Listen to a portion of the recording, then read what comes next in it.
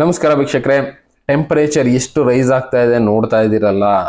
ಅದರಲ್ಲೂ ರೆಕಾರ್ಡ್ ಅನ್ನೋದನ್ನ ಬ್ರೇಕ್ ಮಾಡ್ತಾ ಇದೆ. ಟೆಂಪರೇಚರಲ್ಲಿ ರೆಕಾರ್ಡ್ಗಳು ಕೆಲವಷ್ಟು ಸಲ ಮೇಂಟೈನ್ ಮಾಡಿರ್ತಾರೆ, ಎಷ್ಟೋ ಸಲ ರೆಕಾರ್ಡ್ಗಳನ್ನ ಮೇಂಟೈನ್ ಮಾಡಿರೋದಿಲ್ಲ. ಅದರಲ್ಲಿ ಒಂದು ರೆಕಾರ್ಡ್ ಇಲ್ಲಿ ತೋರಿಸ್ತಾ ಇರೋದು ನೀವು ನೋಡ್ಬೋದು. 100 ವರ್ಷದ ದಾಖಲೆಯನ್ನ ಮುರಿದಿದೆ. ಈ ಏಪ್ರಿಲ್ ಎಂಡು ಮೇ ಉಷ್ಣಾಂಶ ಅನ್ನೋದು ಎಷ್ಟಿತ್ತು?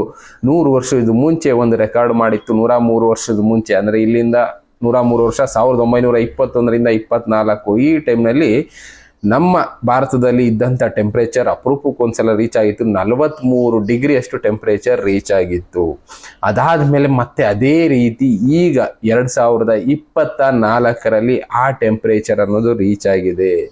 ಹತ್ತತ್ರ 43, 44 ಬೆಂಗಳೂರಲ್ಲೇ ರೀಚ್ ಆಗ್ತಾ ಇದೆ. ಇನ್ನು ಬೇರೆ ಬೇರೆ ಕಡೆ ಕೂಡ ತುಂಬಾನೇ ಟೆಂಪರೇಚರ್ ರೀಚ್ ಆಗ್ತಾ ಇದೆ. ಅದರಲ್ಲೂ ಹವಾಮಾನ ಇಲಾಖೆ ನಮ್ಮ ಸೈಂಟಿಸ್ಟ್ಗಳು ಕುತ್ಕೊಂಡು ಸ್ಟಡಿ ಮಾಡ್ತಾ ಇರ್ತಾರೆ, ಎಷ್ಟು ಟೆಂಪರೇಚರ್ ರೈಸ್ ಆಗ್ತದೆ ಏನು ಅಂತ. ಅವರು ನಮ್ಮ ದೇಶದ ಪ್ರಧಾನಿ ಅವ್ರ ಜೊತೆನೂ ಡಿಸ್ಕಸ್ ಮಾಡ್ತಾ ಇರ್ತಾರೆ. ಅಟ್ ಪ್ರೆಸೆಂಟು 5 ದಿನ ಇನ್ನ ಟೆಂಪರೇಚರ್ ರೈಸ್ ಆಗೋ ಚಾನ್ಸಸ್ ಇದೆ ಅಂತಾನೆ ತಿಳಿಸ್ತಾ ಇದ್ದಾರೆ ಅವರು.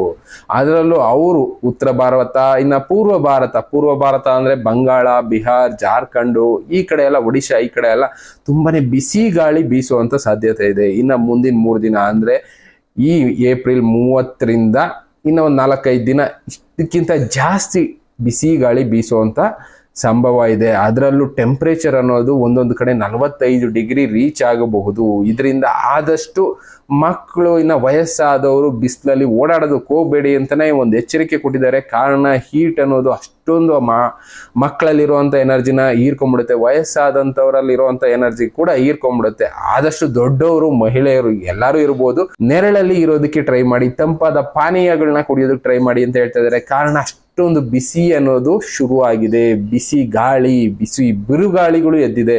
ಈ ಬಿಸಿ ಗಾಳಿಯಿಂದ ಬೇರೆ ಬೇರೆ ಅನಾಹುತಗಳು ಕೂಡ ನಡೀತಾ ಇದೆ. ಇನ್ನ ಸೃಷ್ಟಿನೂ ಆಗ್ತಾ ಇದೆ. ಇನ್ನು ಅದರಲ್ಲಿ ಕೇರಳ, ಇನ್ನು ಸಮುದ್ರ ತೀರ ಪ್ರದೇಶಗಳಿದಾವೆ ಕೆಲವಷ್ಟು, ಕೇರಳ, ಚೆನ್ನೈ, ಮ್ಯಾಂಗ್ಳೂರು, ಈ ಕಡೆ ಎಲ್ಲ ಟೆಂಪರೇಚರ್ ಅರೌಂಡ್ 50 ತನಕ ರೀಚ್ ಆಗ್ಬೋದು. ಕೆಲವಷ್ಟು ಜಾಗಗಳಲ್ಲಿ 55 ತನಕನೂ ಹೋಗ್ಬೋದು ಅಂತ ಹೇಳ್ತಾ ಇದ್ದಾರೆ. ಮಾಮೂಲಿ ರಸ್ತೆನಲ್ಲಿ ಮಧ್ಯಾಹ್ನದೊತ್ತು ಕಾಲಿಡೋದಕ್ಕಾಗೋದಿಲ್ಲ, ಅಷ್ಟೊಂದು ಬಿಸಿ ಹೊಡಿತಾ ಇದೆ. ಈ ಟೆಂಪರೇಚರ್ ರೈಸ್ ಆದಷ್ಟು ಇನ್ನೂ ಕೂಡ ಇಂಪ್ಯಾಕ್ಟ್ಗಳು ಜಾಸ್ತಿ ಆಗ್ತಾ ಹೋಗುತ್ತೆ. ಆದಷ್ಟು ಈ ಬಿಸಿ ತಡ್ಕೊಳ್ಳೋದಕ್ಕೆ ಏನು ವ್ಯವಸ್ಥೆಗಳನ್ನ ಮಾಡ್ಕೋಬೇಕು ಅದನ್ನ ಮಾಡ್ಕೊಳ್ಳಿ.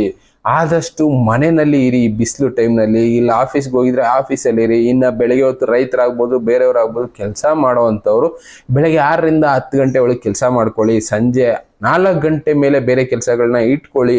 ಕಾರಣ ಈ ಬೆಳಗ್ಗೆ 10 ಗಂಟೆಯಿಂದ ಸಂಜೆ 4 ಗಂಟೆ ತನಕ ಇದೆಯಲ್ಲ ಬಿಸಿಲು, ಮನುಷ್ಯರನ್ನ ಸುಡುವಂತ ಬಿಸಿಲು. ಮುಂದಿನ ದಿನಗಳಲ್ಲಿ ಅಂಥ ದಿನನೂ ಬರ್ಬೋದು.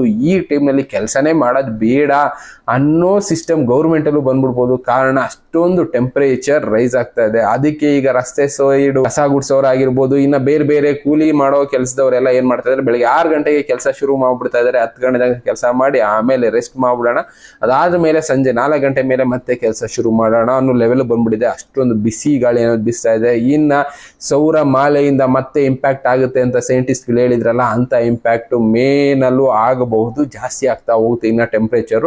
ಜೊತೆಗೆ ಮಳೆ ಅನ್ನೋದು ಹೆವಿಯಾಗಿ ಆಗ್ಬಹುದು. ಯಾಕೆಂದ್ರೆ ಅಟ್ಮಾಸ್ಫಿಯರ್ ಅಲ್ಲಿ, ನಮ್ಮ ನೇಚರ್ ಅಲ್ಲಿ ಇರುವಂತ ನೀರ್ನೆಲ್ಲ ಹೀರ್ಕೊಂಡು ಮೋಡಗಳು ಫಾರ್ಮೇಶನ್ ಆಗ್ತಾ ಇರುತ್ತೆ. ಆ ಮಳೆ ಅನ್ನೋದು ಎಲ್ಲಿ ಸುರಿಯುತ್ತೆ ಅಂತ ಹೇಳೋದಕ್ಕಾಗೋದಿಲ್ಲ.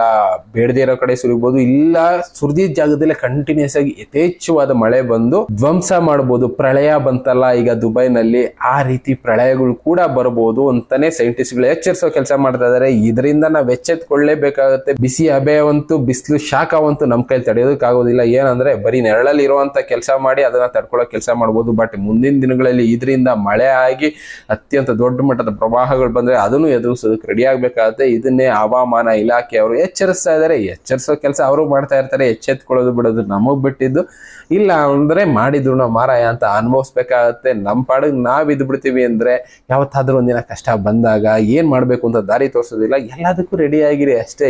ಇದು ಅದು ಅಂತ ಅಲ್ಲ, ಏನೇ ಸನ್ನಿವೇಶ ಬಂದ್ರು ಎದುರಿಸೋದಕ್ಕೊಂದು ರೆಡಿ ಅನ್ನೋದಿದ್ರೆ, ಎದುರಿಸೋಕ್ಕಾಗುತ್ತೋ ಇಲ್ವೋ ಒಂದು ಧೈರ್ಯ ಅನ್ನೋದಂತೂ ಇದ್ದೇ ಇರುತ್ತೆ. ಎಲ್ಲಾನು ಎದುರಿಸೋದಕ್ಕಾಗದೇ ಇದ್ರು ಆ ಧೈರ್ಯದಿಂದ ಒಂಚೂರಾದ್ರೂ ಮುನ್ನುಗ್ಬೋದು. ಅಂತ ಕೆಲಸ ನಾವು ಮಾಡೋಣ.